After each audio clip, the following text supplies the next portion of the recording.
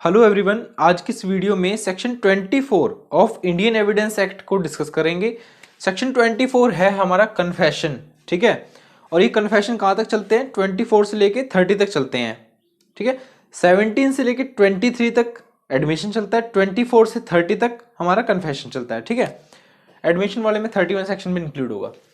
अब कन्फेशन क्या है उसका इंट्रोडक्शन पार्ट हम कवर कर चुके हैं ऑलरेडी, मैंने इस पर वीडियो बना चुका हूं मैं, है ना। आपने उसको देख भी लिया होगा, नहीं देखा है तो आई बटन में मैं उसका लिंक दे दूंगा, आप वहां जाके उसको जरूर देखिएगा, ठीक है। अब बात करेंगे कन्फेशन क्या होता है, मतलब 24 के अकॉर्डिंग क्या क्या चीज बता रखी है 24 सेक्शन में। सबसे पहले समझिए कि 24 से लेके 24, 25, 26 तक वो सर्कमस्टांसेस दे रखे हैं जिसके अंदर एक कन्फेशन जो है उसको इररेलेवेंट माना जाता है, कि अगर ये सर्कमस्टांसेस में अगर कोई कन्फेशन फॉल कर रहा है तो उसको हम इनरेलेवेंट कन्फेशन मानेंगे, उसको इनरेलेवेंट माना जाएगा, ठीक है। इररेलेवेंट फैक्ट होगा वो फैक्ट इन इशू के रिगार्डिंग। तो क्या है वो सर्कमस्टांसेस, वो एक बार देख लेते हैं। एक बात और नोटिस करने की है कि जो इनवॉलेंटरी, मतलब जो अपने आप से, कन्फेशन क्या होता है? वॉलेंटरी होता है हमेशा कन्फेशन, की हाँ सर मैं इसको एडमिट कर रहा हूं, है ना, उसको एडमिट करना ही कन्फेशन है। अगर वो कन्फेशन इनवॉलेंटरी है, मतलब किसी तरीके से कोई थ्रेट है, कोई इंड्यूसमेंट है, किसी प्रकार का कोई प्रॉमिस किया जा रहा है उसके साथ, तो वहां पर जो कन्फेशन होगा वो इनवॉलेंटरी होगा और वो एक एविडेंस के तौर पर एडमिसिबल नहीं होगा, है ना। लैंग्वेज पढ़ लेते हैं सेक्शन 24 की। Confession caused by inducement, threat और promise when irrelevant in criminal proceeding. मतलब इन्होंने कहा कि पहले तो तीन चीजें हैं, क्या क्या है? थ्रेट,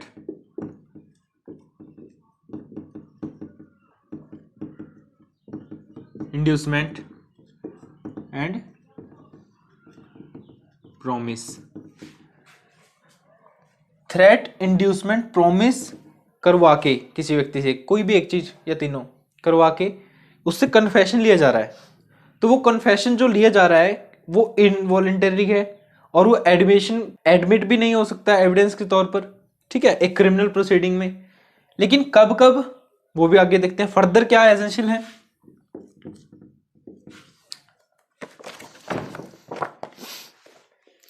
इसकी एक बार ये पढ़ लेते हैं स्टेटमेंट, है ना। A confession made by an accused person is irrelevant in a criminal proceeding if the making of a confession appears to court to have been caused by any inducement, threat or promise, ठीक है, promise having reference to the charge against the accused person। ये जो threat है, inducement है या promise है, ये तीनों चीज जो accused person है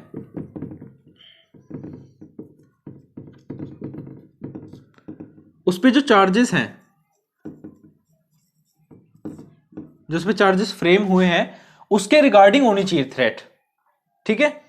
कि मतलब आप ये समझिए कि किसी व्यक्ति ने कोई चोरी कर ली तो उस पे क्या लगा?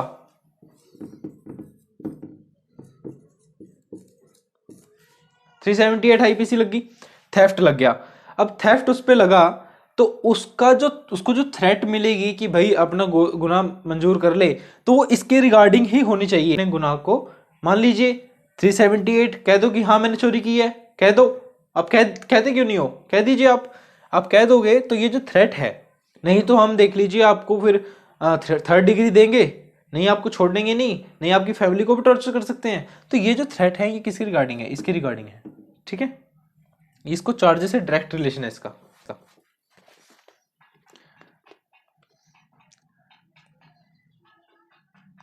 Proceeding from a person in authority and sufficient in the opinion of court to give accused person grounds which would appear him to be reasonable for supposing that by making it he would gain any advantage or avoid any evil of a temporal nature in reference to the proceeding against him। अब इसमें इन्होंने बता दी हमें कुछ main ingredients, वो मैं आपको बता देता हूं। इन्होंने कहा कि जो कन्फेशन है, पहली कंडीशन ये है कि जो ये थ्रेट, इंड्यूसमेंट या प्रॉमिस देने के बाद जो इनवॉलेंटरी कन्फेशन हो रहा है वो कन्फेशन किसके सामने होना चाहिए? अथॉरिटी के सामने होना चाहिए। कोई अथॉरिटी हो उसके सामने होगा तो ही माना जाएगा, ठीक है। दूसरा क्या है?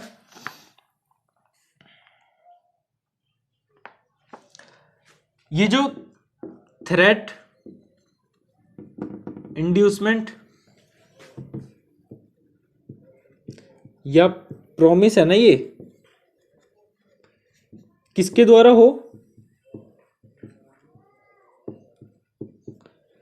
जो पर्सन अथॉरिटी में है।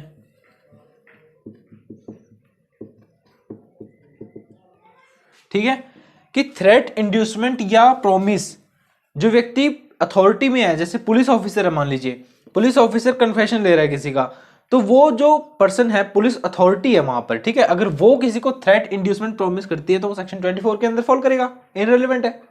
आगे क्या कहता है, थर्ड क्या है, थर्ड ये वाला पॉइंट है कि जो भी उसके ऊपर थ्रेट प्रॉमिस या इंड्यूसमेंट हो रही है वो उसके चार्ज के रिगार्डिंग होनी चाहिए।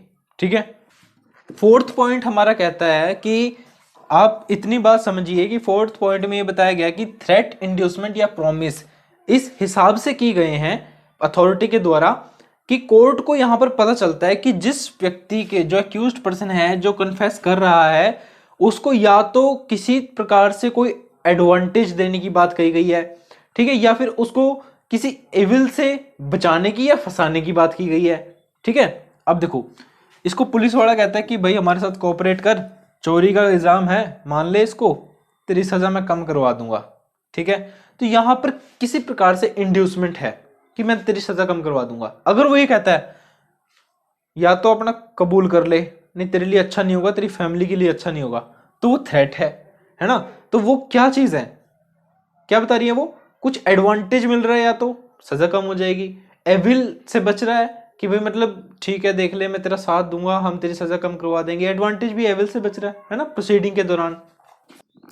अगर ए पर्सन अपने नौकर को 1 करोड़ रुपए लेकर ये कहता है कि तू मेरे जो ऊपर चार्जेस लगे हैं उनको अपने सिर पे ले ले, और वो सोचता है कि 1 करोड़ रुपए मेरी फैमिली के लिए सफिशिएंट है, मेरी तो कहीं पुश्तियाँ राज करेंगी, तो मुझे क्या ज़रूरत है कमाने की, मैं इसका गुनाह ले लेता हूँ अपने सिर पे, मुझे तो वैसे भी जेल में जाना ही है, मैं चला जाता हूँ, चलो जेल में कोई बात नहीं, मेरी फैमिली तो ऐश करेगी, लेकिन वो ये सोच के चला जाता है। तो यहाँ पर क्या होता है कि कोर्ट को पता चलता है कि हाँ शायद इसने ये गुनाह नहीं किया, लेकिन ये कुछ एडवांटेज ले रहा है और किसी प्रकार से ये जानबूझ के कन्फेशन को मना रहा है। इतना आपको समझ आ गया होगा, आगे कवर करते हैं पार्ट।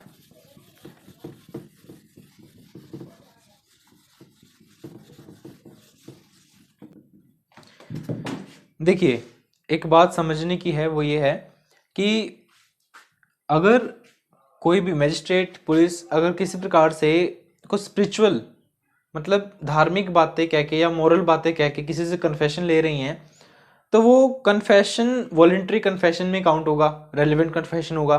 अब देखिए कैसे, अगर एक मैजिस्ट्रेट है,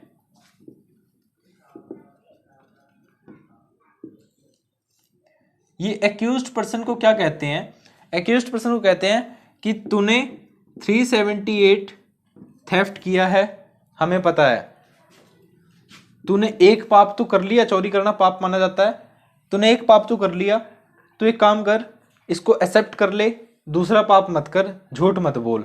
ठीक है, ये पर्सन इससे इन्फ्लुएंस होके अपना गुनाह कबूल कर लेता है, तो ये है रेलेवेंट, ये स्टेटमेंट रेलेवेंट होगी।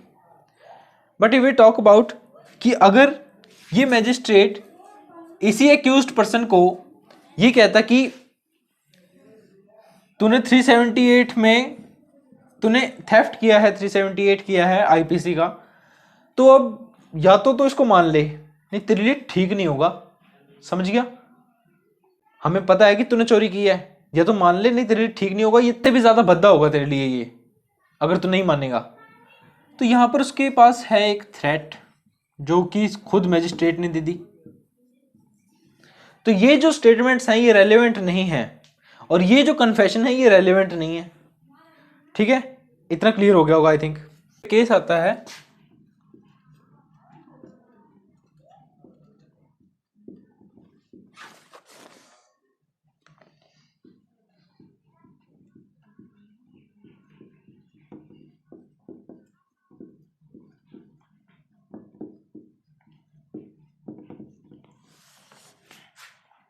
भगवती चरण वर्सेस एम्परर 1963 का केस है, जो कि अपने आप में एक इम्पोर्टेंट केस है।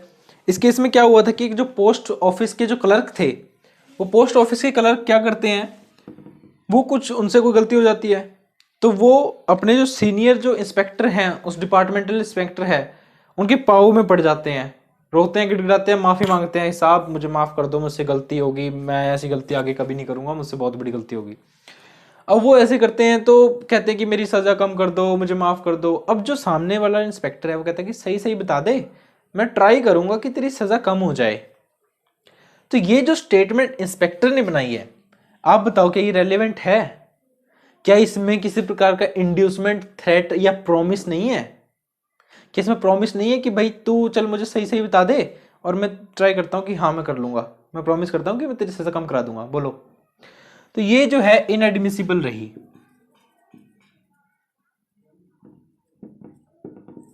ये इनएडमिसिबल रही स्टेटमेंट, और ये एविडेंस जो कन्फेशन था वो रेलिवेंट कन्फेशन नहीं था। ठीक है, अब बात करेंगे inducement in reference to charge. Inducement in reference to charge मतलब अगर किसी पर्सन को, पहले लिख लेते हैं,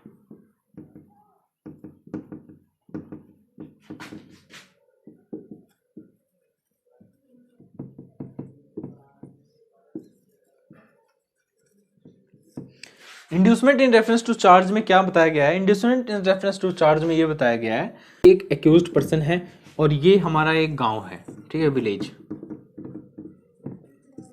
अब क्या होता है कि ए के ऊपर एक सीरियस क्राइम है, सॉरी सीरियस एक्यूज्ड है ये किस चीज का, मर्डर का। अब जो गांव वाली पंचायत है, वो पंचायत क्या कहती है? पंचायत कहती है कि या तो अपना जो तूने मर्डर किया है या तो इसको मान ले, अदरवाइज जो तेरी जात है, इसको हम कास्ट है, इसको बिल्कुल गांव से निकाल देंगे, तेरा हुक्का पानी बंद कर देंगे, तुझे बेदखल कर देंगे गांव से। तो ये जो इंड्यूसमेंट है, इसका मर्डर के साथ कोई रिलेशन नहीं है।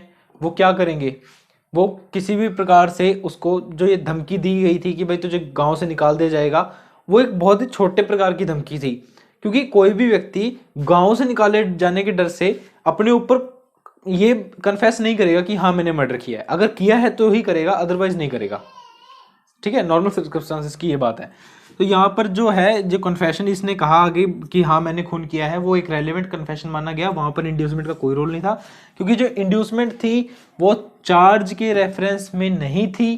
ठीक है, चार्ज के रेफरेंस में नहीं थी। तो यहाँ पर क्या हुआ कि जो विलेज वालों ने, गांव वालों ने जो उसके ऊपर एक्यूज था वो मर्डर का, उसके ऊपर जो आरोप लगाए थे कि तूने खून किया है और तू कन्फेस कर ले, अदरवाइज तुझे गांव से बाहर निकाल दिया जाएगा, और ये कन्फेस कर लेता है तो वो कन्फेशन एक रेलेवेंट कन्फेशन माना जाएगा। 24 सेक्शन में इतना ही था। हमने देखा 24 सेक्शन में कि अगर कोई भी कन्फेशन, कोई भी स्टेटमेंट थ्रेट, इंड्यूसमेंट या प्रॉमिस के कारण से दी गई है, किसको, किसके सामने, एक ऐसे व्यक्ति के सामने जो अथॉरिटी में है। दूसरा, प्रॉमिस के कारण से अगर कोई कन्फेशन होता है तो वो इरेलीवेंट होता है।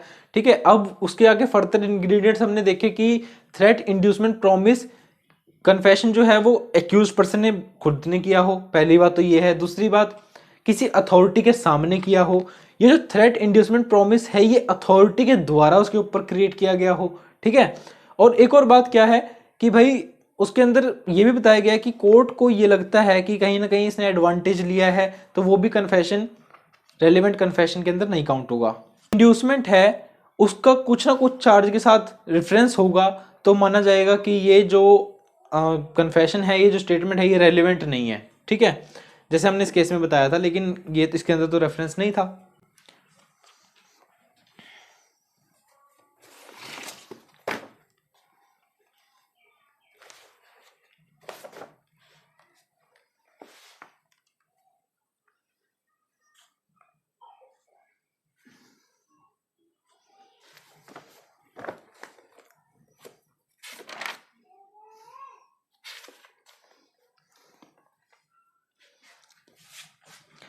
एक बात जो इसके साथ इंपॉर्टेंट है, जिसको हम कंबाइन करके ही चलेंगे, अगर उसको छोड़ दिया तो ये सेक्शन इनकम्प्लीट माना जाता है अपने आप में, वो है सेक्शन 28।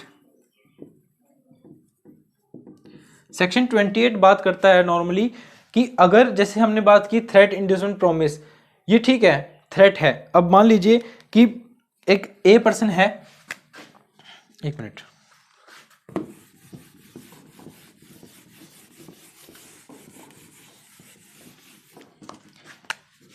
ए पर्सन है, इसकी क्या चल रहा है, इसका ट्रायल चल रहा है, ठीक है, मैजिस्ट्रेट के सामने। एक पर्सन है जिसका ट्रायल चल रहा है मैजिस्ट्रेट के सामने। इस पर्सन को सुबह सुबह फोन आता है, अगर तूने कन्फेस कर लिया, सॉरी, इसको सुबह सुबह फोन आता है कि अगर तूने आज कन्फेस नहीं किया तो ना तो तेरे लिए अच्छा होगा ना तेरे बच्चों के लिए अच्छा होगा। ये पर्सन थ्रेट में है, थ्रेट में है। अब कब तक है, जब तक ये कन्फेशन नहीं कर लेता।